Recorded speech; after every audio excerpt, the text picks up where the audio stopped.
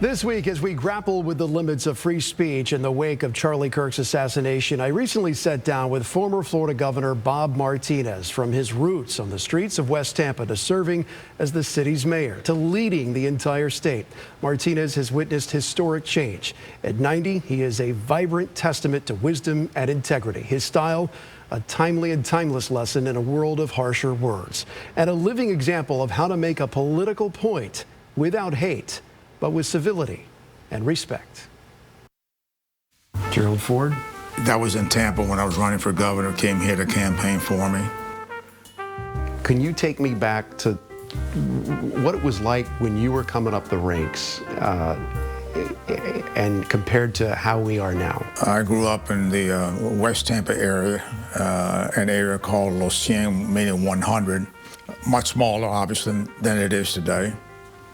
But the unique part about Tampa is from a very early stage, it was a cosmopolitan city, although it was small in size because of the cigar industry that brought workers from Europe and from Cuba, with Spain, Italy, Cuba, and the Germans making up that population in the early 1900s. So you kind of grow up enjoying the world culture, quite frankly.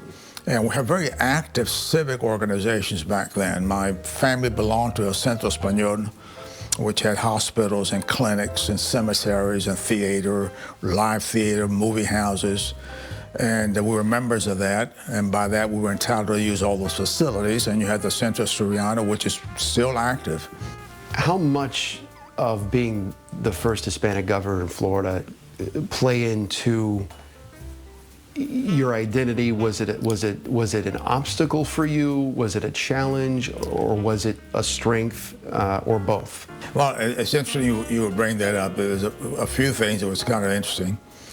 The people that I grew up with, when I was in town, and I would run into them and say, "How are you going to get elected governor of the state of Florida with your name and you're a Catholic on top of that?" And no Catholic's ever been elected statewide.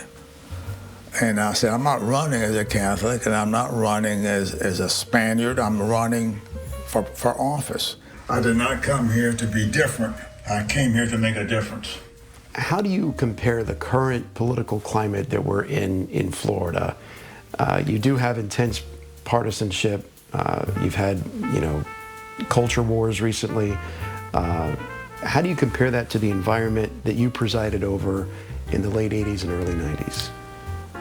It's quite different. I never was called a personal name. My family was never brought into the debate. I never did it either. Today, there's no holds barred in terms of what's said, how it's said, what language is used to say it. Family's not out of bounds anymore. So it's very different in the political arena today than it was back then. I think when I was in public life, the debate was over policy, not over personality as much.